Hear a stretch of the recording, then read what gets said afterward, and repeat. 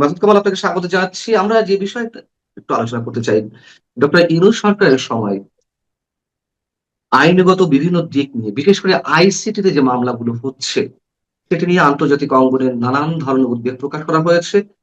আমি প্রথমে একটু আপনাকে জানতে চাইছি যে, যে সাংবাদিকদের বিরুদ্ধে, শিল্পী, সাহিত্যিক, খেলোয়াড়দের বিরুদ্ধে হত্যা মামলাগুলো করা হয়েছিল, সেটি নিয়েও নানানভাবে প্রশ্নবিদ্ধ এবং এটা এস্টাবলিশড যে তাদেরকে ইন্টেনশনালি মামলায় জড়ানো হয়েছে। এখন শোনা যাচ্ছে নতুন করে আহ যে সাংবাদিকদের বিরুদ্ধে হত্যা মামলাগুলো হয়েছিল, সিনিয়র জার্নালিস্ট যারা ছিলেন, সেই মামলাগুলো আবার জাগিয়ে তোলা হবে, অ্যাক্টিভ করা হবে। অর্থাৎ এর মধ্য দিয়ে সাংবাদিকরা নতুন করে আতঙ্কে ভুগছেন। এবং আপনি নিশ্চয়ই জানেন যে নতুন করে সম্ভবত 29 জন শিল্পী, সাংবাদিকের বিরুদ্ধে অভিযোগপত্র দায়ের করা হয়েছে আইসিটিতে, ইন্টারন্যাশনাল ক্রিমিনাল ট্রাইব্যুনালে। এই অবস্থায় আপনার মন্তব্য কি হবে? না, এটা আসলে দেখেন, আমি তো নিজে মনে করি যেটা যে অন্তর্বর্তীকালীন যে সরকারটা হয়েছিল অগাস্টের পরে, মানে 2024-এর 8 অগাস্ট, এটা শুরুর দিকে কি ছিল সেই আলোচনা নাই করি, বরং কিন্তু ধীরে ধীরে সেটা একটা জঙ্গলি শাসনে পরিণত হয়েছিল। এটা আমার কাছে মনে হচ্ছে যা ইচ্ছা তাই করেছে, যাকে ইচ্ছা তাকে আইনগত জটিলতার মধ্যে ঢুকিয়ে দিয়েছে। কোনো লজিক নাই, কোন রকম মানে নিয়ম কানুন নাই, কোনো আইনের তোয়াক্কা করা নাই। আমার ইচ্ছা হয়েছে ওই লোকটা খারাপ, অথবা ওই হুম, হুম। লোকটাকে আমি অপছন্দ করি, অথবা ওই লোকটার সঙ্গে অতীতে কখনো একটা ঝগড়া হয়েছিল, এই রোষে তাদের সবাইকে নিয়ে সে মামলা শুনে। আপনার মামলাটাই ধরেন না কেন, আপনারা একটা অনুষ্ঠানে গিয়েছিলেন, সেই অনুষ্ঠানে একজন লোক যে মব করলো, যে একজন মোল্লা, কাঠমোল্লা বলেন অথবা জঙ্গি বলেন, তারা যে মব করেছে আপনাদের সঙ্গে, এবং সেই মবকারীদের কথায় তারা আপনাদেরকে অ্যারেস্ট করলো। আপনারা গিয়েছিলেন, আপনি ছিলেন সেখানে শ্রোতা, আপনাকে অ্যারেস্ট করা হলো, আপনাদের আরো কয়েকজনকে অ্যারেস্ট করা হলো। তো মক্কারে কিন্তু কিছু হলো না, সে কিন্তু খুব আনন্দের সঙ্গে সে এখনো সে ঘুরে বেড়াচ্ছে, তার কিছু হলো না। তো এখন এইগুলি কোনো লজিক আছে? পৃথিবীর কোন সভ্য দেশ এই ঘটনাকে স্বাভাবিকভাবে নেবে না। আমাদের এখানে হয়েছে। এখন আপনার মামলা কিন্তু শেষ হয় না, আপনি জামিনে আছেন, মামলা তো শেষ রাইট। হয় না। আপনারটা নিয়ে তো আবার অন্যটার মধ্যে ঢুকাই দিতে পারে। তো জামিনে থাকা মানে আপনি দয়ায় আছেন আসলে, বেঁচে গেলে। হুম, হুম, হুম। অনেক লোককে দয়াও করা হচ্ছে না। তো এখন আমার কথা হলো কি, ওই সময় একটা জঙ্গলি পদ্ধতি ছিল, একটা জঙ্গল রাজ তারা কায়েম করেছিল। কিন্তু এখন যেটা গণতান্ত্রিক সরকার আসছে, তারা কেন তাদের ধারাবাহিকতাকে অনুসরণ করছে, এই জায়গাটাতে আমি বুঝতে পারি না। আমরা আমি তো ব্যক্তিগতভাবে প্রত্যাশা করেছিলাম যে এই সরকার এসে লজিক্যালি চলবে। এই সরকারের প্রধান নিজে বারবার বলেছেন যে উনি দেশে একটা সুশাসন কায়েম করতে চান, উনি দেশে একটা আইনের শাসন কায়েম করতে চান। কিন্তু ওনারা কেবল আগের গুলিকে অনুসরণই করছেন না, মানে আগের যে ধারাবাহিকতা, আগে যে আমি তো ভেবেছিলাম কি, ওই যে বিভিন্ন রকম 200-300 লোককে আসামি করে একটা হত্যা মামলা করা হয়েছে, সেখানে অপ্রয়োজনীয় লোকগুলিকে মামলা থেকে অব্যাহতি দেওয়া হবে, এটা আমি আশা করেছিলাম। কিন্তু সেটা তো দেওয়া হয়নি। ওই মামলায় যারা জেলে ছিল তাদেরকে আবার আইসিটিতে নেওয়া হয়েছে, মানে আরো জটিল মামলা তাদেরকে ঢুকানো হয়েছে, যেখান থেকে নাকি তারা বেরোতেই না পারে। আবার পাশাপাশি নতুন নতুন মামলা হচ্ছে, নতুন নতুন আসামি অন্তর্ভুক্তি হচ্ছে। কারা আবেদন করছে দেখেন আপনি, মামলার বাদী কারা দেখেন আপনি, এক একজন উদ্ভট সব, মানে কতগুলি মানে উদ্ভট লোক, এটা বায়বীয় লোক এসে নিয়ে হঠাৎ করে একটা মামলার বাদী হয়ে যাচ্ছে, এবং তারা বাদী হয়ে তাদেরকে কেউ চিনে না। সোসাইটিতে তাদের কোনো মানে তাদের কোন রকম গ্রহণযোগ্যতা আছে বলে আমি মনে করি না। সেই লোকগুলো এসে যাদেরকে তার অপছন্দ, যাদেরকে বিব্রত করতে হবে, ওদের সবাইকে আসামি করে দিয়ে দিল, এবং তখন সবাই আতঙ্কে থাকে। এই যে বিষয়টা না, এটা আমি মনে করি যে এটা সরকারের জন্য, সরকারের ইমেজের জন্য এটা অনেক বড় একটা ক্ষতির কারণ হচ্ছে। কিন্তু যদি এই জিনিসটা সরকার না বুঝে এখন, তো সরকার ওই নিজে থেকে বলে না আমরা আত্মঘাতী সিদ্ধান্তই নিতে পারে, কিন্তু তার পরিণতি সম্পর্কেও কিন্তু সরকারকে সতর্ক থাকতে হবে ভাই। এগুলো আমরা আগে বহু দেখেছি, আমরা হাসিনার আমলে দেখেছি সমস্ত ঘটনা, যে যা ইচ্ছা তা করার একটা মানসিকতা। তো তার পরিণতি কি হয়েছে সেগুলো একটু মাথায় রাখলে ভালো হয়। এই যে যাদের বিরুদ্ধে হত্যা মামলা করা হয়েছে এটা তো ওপেন সিক্রেট, আমি প্রথমে যেটা বলছিলাম যে এগুলো একেবারে ইন্টেনশনালি করা হয়েছে, কিন্তু সাংবাদিকদের পক্ষ থেকে, সিনিয়র সম্পাদকদের পক্ষ থেকে আহ একটা তালিকা দেওয়া হলো প্রধানমন্ত্রীর কাছে। প্রধানমন্ত্রী নিজে চাইলেন, আচ্ছা ঠিক আছে, যে মামলাগুলো নিয়ে আপনাদের আপত্তি রয়েছে সাংবাদিকদের ক্ষেত্রে, আপনারা একটা তালিকা দিন, আমরা যাচাই বাছাই করে দেখবো।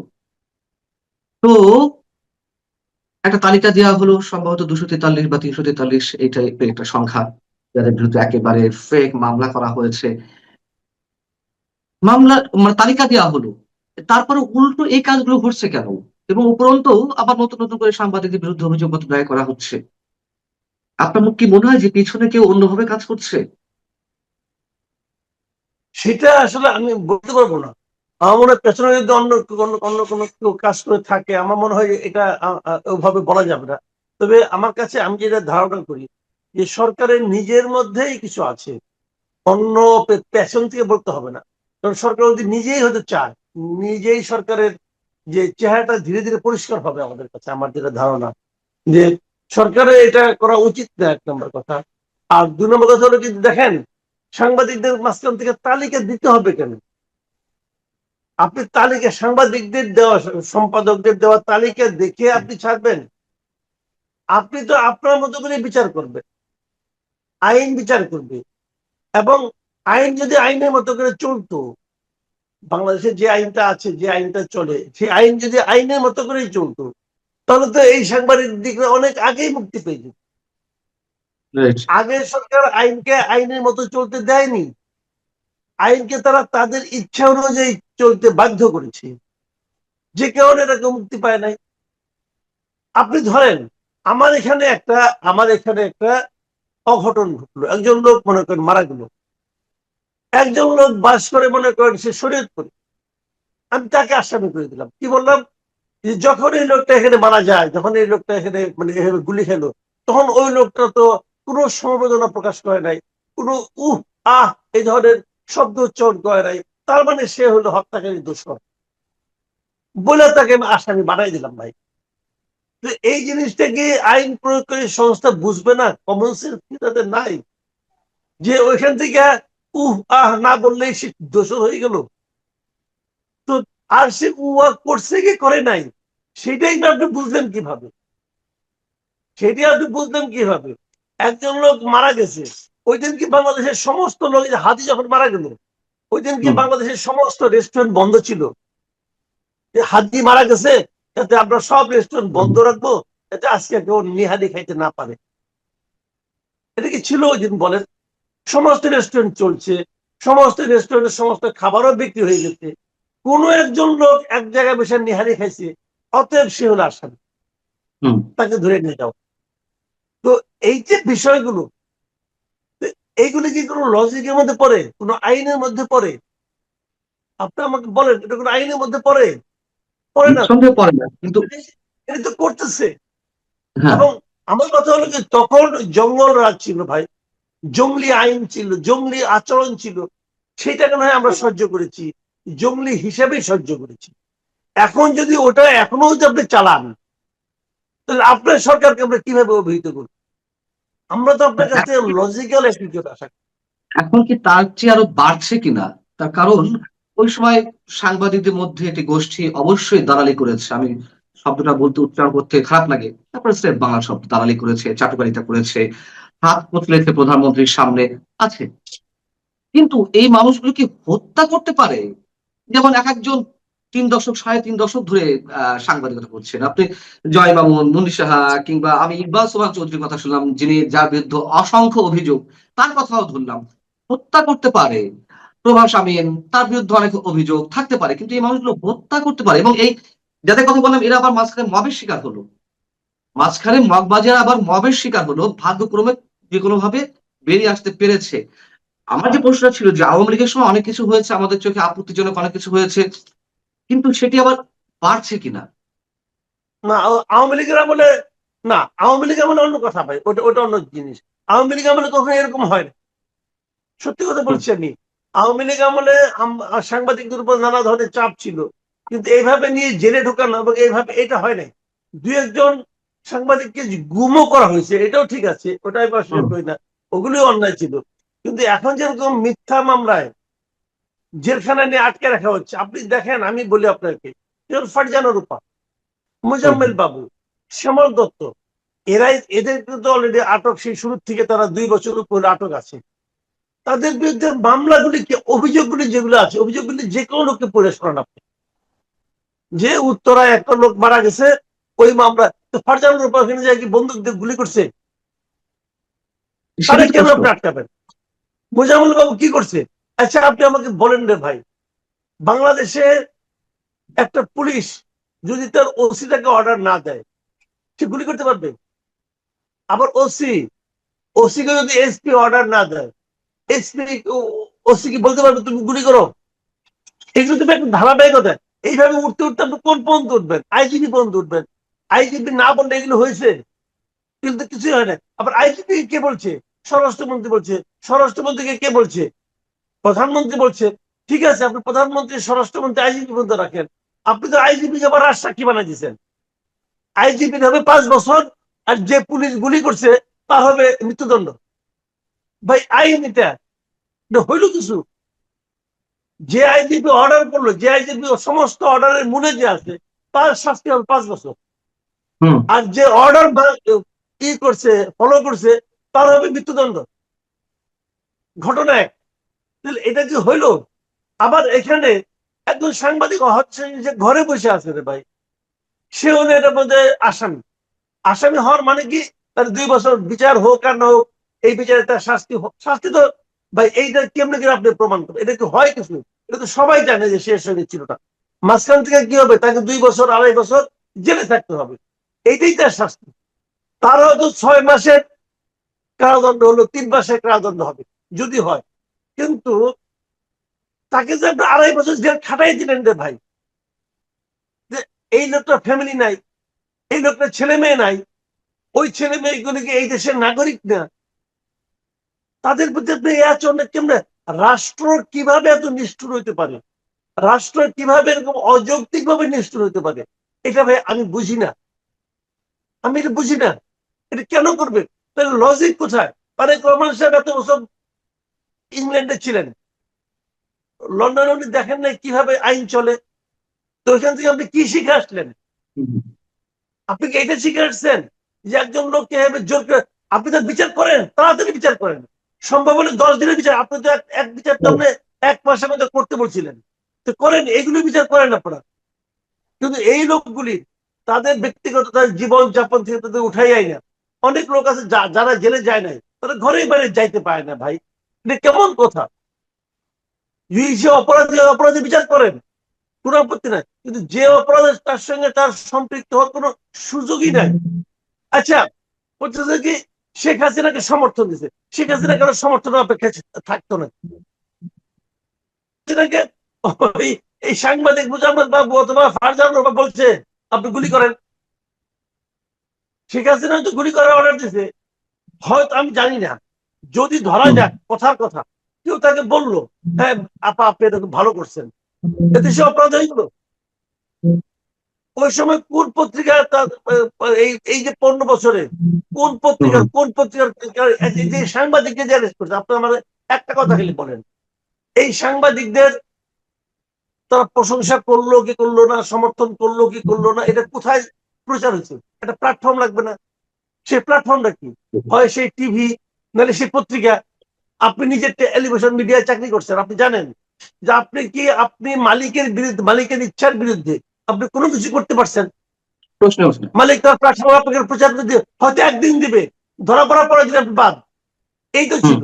তাহলে এই যে সাংবাদিকদের আপনি ধরলেন, এই সাংবাদিকরা যে সমস্ত টেলিভিশন অথবা পত্রিকা চাকরি করতো, এর কোন একজন মালিককে ধরছেন? কোন একজন মালিক আপনি দেখেন তো, একটা মালিক 71 টিভির মালিককে ধরছেন আপনি? ধরেন তো নাই। 71 টিভির মালিককে আরো পত্রিকা করার দিচ্ছেন, রাইট। অনুমোদন দিচ্ছেন, সে দৈনিক পত্রিকা করতেছে। তো মালিকটা ঠিক আছে, মালিকটা কিছু হয় না। বসুন্ধরার মালিক, এই যে আপনার একালের কণ্ঠ বলেন, বাংলাদেশ প্রতিদিন বলেন, সম্পাদককে সব পলাইছে, মালিকের কি? কিচ্ছু হয় নাই। সমকাল বলেন অথবা আপনার এই চ্যানেল 24 বলেন, সাংবাদিকরা পালাইছে, মালিকের কি হয়েছে? কিচ্ছু হয় নাই। এমনকি এমনকি ভোরের কাগজ হয় না, ভোরের কাগজে শ্যামল দত্ত জেলে, হ্যাঁ, ভোরের কাগজের মালিকের কি হয়েছে? মালিকের বিরুদ্ধে হত্যা মামলা আছে, সে একদিনে সব হত্যা মামলায় জামিন পেয়ে গেছে। বরং সেই বলেন মালিকের পাইছে সঙ্গে কিনা? আবার সার্জিও গোর বৈঠক করবে, সেই বলেন মালিকের আপনি, সঙ্গে সার্জিও গোর বৈঠক করবে। আইন, এটার নাম আইন। আমি আমি আমি বর্তমান সরকারকে বলি, ভাই আপনারা আপনারা এটা ব্যাখ্যা দেন আমাদের কাছে, যে ভোরের কাগজের সম্পাদক জেলে, ভোরের কাগজের মালিকের কোনো সমস্যা নাই, মালিকের বিরুদ্ধে সরাসরি হত্যা মামলা আছে, মালিক 2 দিন পরে মুক্তি পেয়ে গেছে। কেন? এটা কেন ভাই? কিন্তু হত্যা মামলা জামিন পেয়ে গেছে, ইয়ে পায় না কেন? তার নাম কোনো মামলায় না, আইসিটির মামলা যেগুলো হয় কোনো মামলায় তার নাম নাই কেন? আসলে কারোর নামই থাকার কথা না। এরা এরা যে আমি বলতেছি, এরা ভাই শেখ হাসিনা এমন ভাবে শাসন চালাইছে যে ওনার এই সমস্ত কাজে কে সমর্থন করলো কে করলো না, কোন মালিক কোন সাংবাদিক কি বললো কি বললো না, এগুলো কোনো মূল্য নাই। উনি একাই করছেন কাজগুলো, অথবা ওনার সঙ্গে ওনার মন্ত্রীরা ছিলেন। তো সেখানে এই সমস্ত নিরীহ সাংবাদিক যারা নাকি আপনি মনে করেন যে ভাই তারা তো একটা কিছু করে খায়, এখন হচ্ছেন এরকম। এখন এই সরকারকে পাচাটা আপনি অনেক সাংবাদিক দেখতেছেন না, চারটে চারটে পায়ের পরিষ্কার হয় নাই, জিব্বা ক্ষয় হয়ে গেছে, এরকম সাংবাদিক আছে না এখন? তো 2 দিন অবশ্যই, পরে কি এদের অবশ্যই। বিরুদ্ধে আইসিটিতে মামলা হবে? এই যে শাপলা চত্বর নিয়ে যে মামলাটি হয়েছে, সেই মামলা নিয়ে এরই মধ্যে amnesty international, human rights watch, article 90 সহ 5টি আন্তর্জাতিক মানবাধিকার সংগঠন তারা উদ্বেগ প্রকাশ করেছে এবং স্ট্রেট বলেছে সাংবাদিকদের বিরুদ্ধে আইসিটি যেন কোনো মামলা না হয়। কেন? আইসিটিতে যে মামলাগুলো করা হচ্ছে সেগুলোতে জামিন হচ্ছে না, জামিন হয় না, এবং সাংবাদিক ফারজানা রূপা বা শাকিল আহমেদের মতো মানুষদের জামিন হয়েছে বিভিন্ন জায়গায়, তাও তাদেরকে ছাড়া হচ্ছে না। এখন স্থায়ীভাবে আটক রাখার জন্য আইসিটিতে এই মামলাগুলো করা হচ্ছে।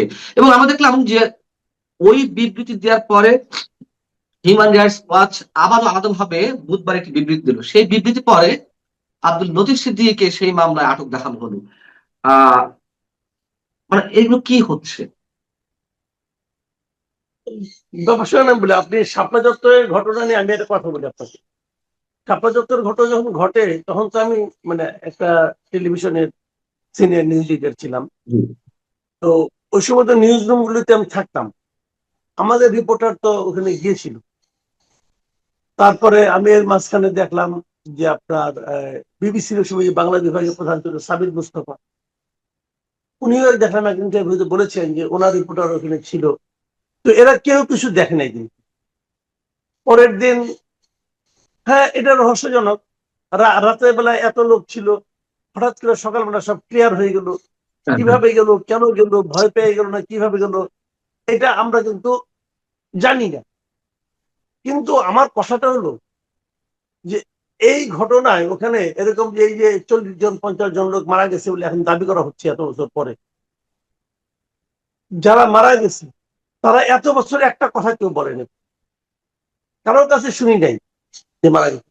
তারও যে বড় কথা, ওই অনুষ্ঠানটার আয়োজন করছিল কে? আয়োজন করছিল হেফাজতে ইসলাম।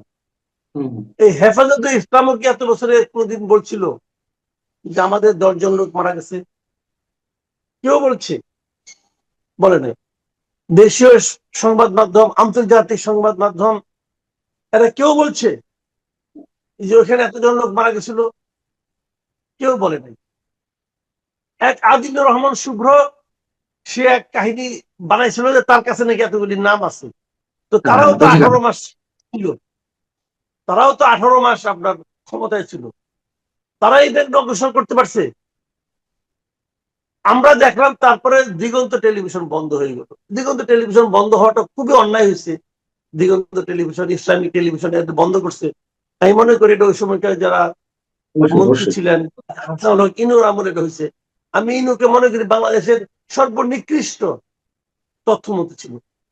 তো ঠিক আছে ছিল, আমরা অনেকে ভাবছিলাম, যেহেতু আমি টেলিভিশন সাংবাদিকতা তখন করতাম, আমি ভাবছিলাম কি বোধহয় এদের কাছে কোনো বিশেষ ফুটেজ আছে, যাতে এই ফুটেজ গুলো তারা দেখাতে না পারে, এই জন্য টেলিভিশনটা বন্ধ করে দিচ্ছে। এটা আমার ধারণা ছিল। এবং সেই ধারণা বশবর্তী হইয়া যখন আওয়ামী লীগ সরকারের পতন হলো 24-এ, তখন আমি আশা করছিলাম এখন বোধহয় সেই লুকিয়ে রাখা ফুটেজ গুলো বের করা হবে, দেখানো হুম, হবে কিভাবে মারা হয়েছে। তখন দিগন্ত টেলিভিশন তো পুরো অনুষ্ঠানটা লাইভ করছিল। তো সেই ফুটেজকে আমরা দেখতে পেয়েছি, আজকে তো 2 বছর হয়ে গেল, হুম, দেখতে পেয়েছি, কিন্তু পাইনি তো রে ভাই। কাজেই সন্দেহ তো একটা আছে যে আসলে এখন একটু বলবেন যে আমি তো তালিকা নিয়ে আসছি। আরে ভাই, তালিকা তো এই 24-এর যে জুলাই আন্দোলন, সেই আন্দোলনেও আমরা দেখছি। তারপর দেখছি তালিকা থাকে অনেক মৃত ব্যক্তি যখন হাইটে হাইটে উঠে আসতেছে, এটা তো আমরা দেখছি। কাজেই 13 বছর আগের ঘটনার তালিকা আপনি এখন বানাচ্ছেন। কাজেই ভাই এগুলি এত সহজ না। আর এইগুলোর উপর ডিপেন্ড করে আপনি একজনকে রায় দিয়ে দিবেন, একজনকে অ্যারেস্ট করে ফেলাবেন। লতিফ সিদ্দিকী তার মতো এরকম মানে আপনার বড় মাপের মুক্তিযোদ্ধা খুব কমই আছে। ওনার ভাইয়ের কারণে হয়তো ওনারটা অনেকে বলে না, কিন্তু উনি মানে একটা বড় সংগঠক ছিলেন। টাঙ্গাইল এলাকায় যারা আছে সবাই জানে যে কাদের সিদ্দিকী নিজে যুদ্ধ করেছেন, নিজে ছিলেন। লতিফ সিদ্দিকী ছিলেন সংগঠক, উনি সময় এমপি ছিলেন, উনি ছিলেন সংগঠক একজন, তাই না? তো সেরকম একজন বড় মানে ওই লোকটার একটাই দোষ, লোকটা নিজে যেটা বোঝেন উনি ওটা বলেন। উনি স্পষ্টবাদী ব্যক্তি। ওনার এই স্পষ্টবাদিতার কারণে উনি প্রচুর লেখাপড়া জানা লোক, আমি যতটুকু ওনাকে দেখেছি। তো এরকম একটা জ্ঞানী লোক এবং এরকম একটা স্পষ্টবাদী লোক, স্পষ্টবাদিতার কারণে আওয়ামী লীগ আমলে ক্ষতিগ্রস্ত হয়েছে। আওয়ামী লীগ তাকে বিচ্যুতি করার জন্য অনেক চেষ্টা করছে, জেলে নিছে, তাকে তার মন্ত্রিত্ব থেকে সরাই দিছে, এবং এই আমলেও হচ্ছে। মানে স্পষ্টবাদী লোকের দুর্ভোগ সবসময়, এটা মনে হয় আরেকবার প্রমাণ হলো।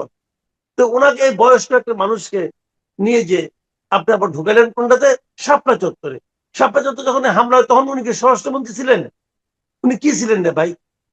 বস্ত্র মানে পাঠমন্ত্রী। ভাবখানে এরকম যে যত লোক আমি চিনি আওয়ামী লীগের যারা এখনো জীবিত আছে, দেও সবার নাম, দিয়ে দিলাম নাম, হয়ে গেল।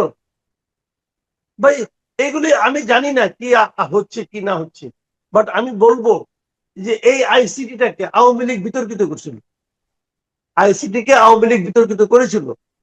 তারা মানে জামাতকে শেষ করতে হবে এই মানসিকতা থেকে তারা এটাকে তারা মানে চালু করছিল, এবং অনেককে মারছে এবং অনেককে ফাঁসি দিছে।